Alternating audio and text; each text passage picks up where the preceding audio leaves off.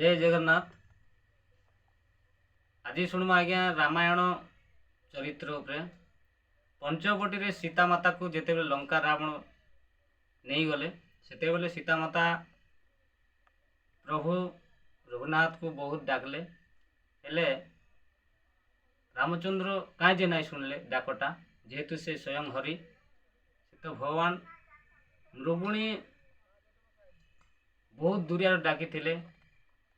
द्रौपदी डाकी हेले शुणी हेले सीता को जिते बेले रावण चोरी नेले हेते बेले डाकले जे कहीं जे नहीं शुणले से ऊपर गीतटी अच्छे शुणमा आसन शुणमा। शुण शुण से दिनर कथा शुण शुण से दिनर कथा माई मोर सलता गोर सलता भानु दुहिता शुण तई होइला जेन कथा शुण तई होइला जेन कथा माई मोर सलता गोर सलता भानु दुहिता आगो पंचवटी बने जानो हेलु तुई तीनी वर्ण माई हेलु तुई तीनी वर्ण सतर जतम तीनी सीता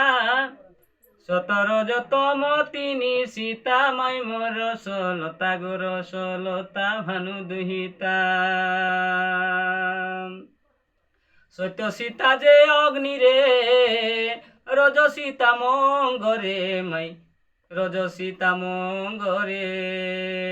कुटीर रे तम रूपी सीता कुटीर रे तम रूपी सीता माई मोर सलता गोर सलता भानु दुहिता आगो तुम रूपी सीता तुम्हें डाकिल से क्रोध पूर्णे माई तेणु न शुणिलु कर्णे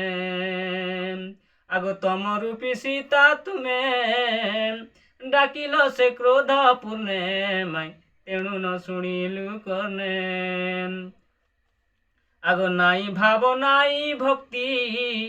से डाक कि मु शुणंती माई से डाक कि मु शुणंती आगो नाई भाव नाई भक्ति से डाक कि मु शुणंती माई से डाक कि मु शुणंती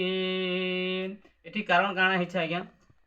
सीता से समय तीन वर्ण रूप रे थिले सत रज तम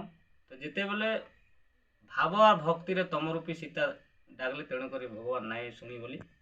रामायण रे प्रमाण अच्छे एटा विपिन जान को लेखा रोचु नमस्कार।